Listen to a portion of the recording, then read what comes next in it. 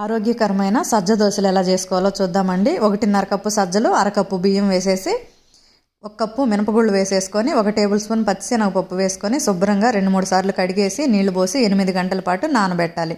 8 గంటల తర్వాత ఒకసారి కడిగేసుకొని ఆ నీళ్ళన్నీ వంపేసి మిక్సీ జార్లో వేసేసుకొని కొద్దిగా నీళ్లు పోసుకొని ఇలా మెత్తగా దోశపిండిలాగా పట్టి గిన్నెలో వేసేసుకోవాలి. అంతా ఒకసారి కలిపేసుకొని మూత పెట్టేసి నైట్ అంతా పిండినైతే పులిగి పెట్టుకోవాలి. చూసారా, నైట్ అంతా పులిగి పెట్టేసరికి పిండి చక్కగా పొంగి ఎంత బాగుందో.